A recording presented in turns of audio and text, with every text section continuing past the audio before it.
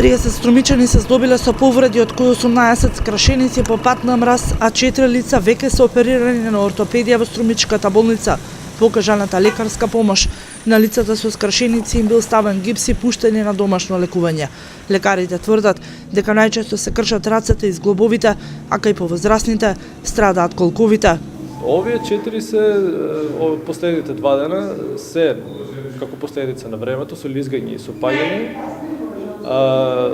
Другите што се повредени од сообраќајни незгоди, тие се исклучени од оваа статистика. Лекарите советуваат граѓаните доколку немаат потреба да не излегуваат од дома, особено по возрастните лица, доколку мора да излезат, внимателно да се движат по лизгавиот терен, а рацете да не ги држат во џебовите.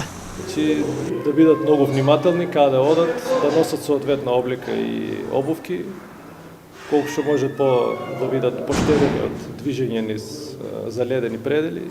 Струмичките ортопеди апелираат до граѓаните, доколку некој се повреди на мраз, да не оди кај местачи или надри лекари, туку веднаш да побараат помош во ортопедското оделение.